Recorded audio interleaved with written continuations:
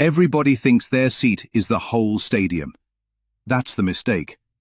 Not that people are blind, but that they confuse a vantage point with the whole.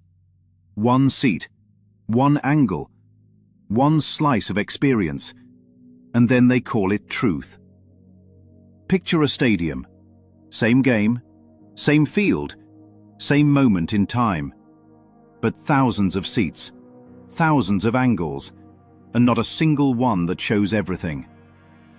Down on the field, everything is fast. It's loud. It's chaotic. Bodies collide. Decisions happen before thought can catch up. Emotion runs the show. Fear, adrenaline, instinct. From down there, it feels personal. It feels dangerous. It feels real. People on the field don't talk about theories. They talk about survival. They talk about pressure.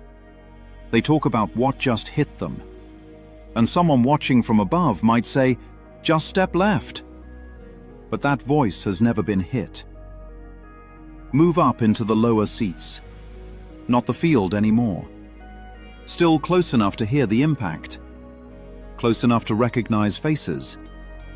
This is where relationships live. Who did what? Who missed the block? Who failed their assignment? Who didn't show up? From here, everything becomes interpersonal. Blame starts to form. Stories begin to tighten. Motives are assumed. Patterns are guessed at, but not yet seen. Now climb higher, upper deck. The game slows down. You can see formations. You can see repetition. You can see how the same play keeps breaking down. This is where people start saying things like, "This always happens." Patterns become visible. But here's the catch. Seeing patterns doesn't mean you feel the cost. From up here, pain looks abstract, mistakes look obvious, and empathy gets thinner. Then there's the skybox, glass, comfort, silence, screens everywhere, multiple angles at once, stats, replays. This is where people think they see it all. They say things like, "I see the big picture." But they've forgotten what it feels like to be hit. They've forgotten what pressure does to the body. They've forgotten what it's like to decide without time. The skybox offers distance, not wholeness. And distance can quietly turn into superiority. Now add the headset, the inner narration, the voice explaining the game while it's happening. "This is what that means. That shouldn't have happened. That was avoidable." This voice sounds authoritative. It feels informed, but it never leaves the head. It comments without participating, judges without risk. And then there's the aerial view, bird's eye, high above the stadium.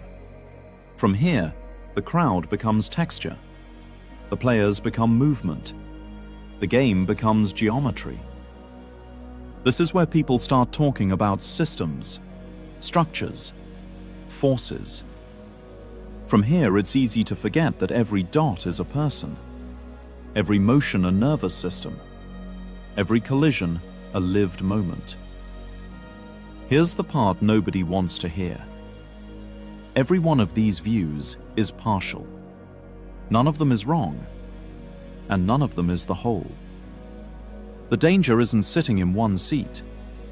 The danger is thinking your seat cancels the others. People in the skybox think the field is foolish.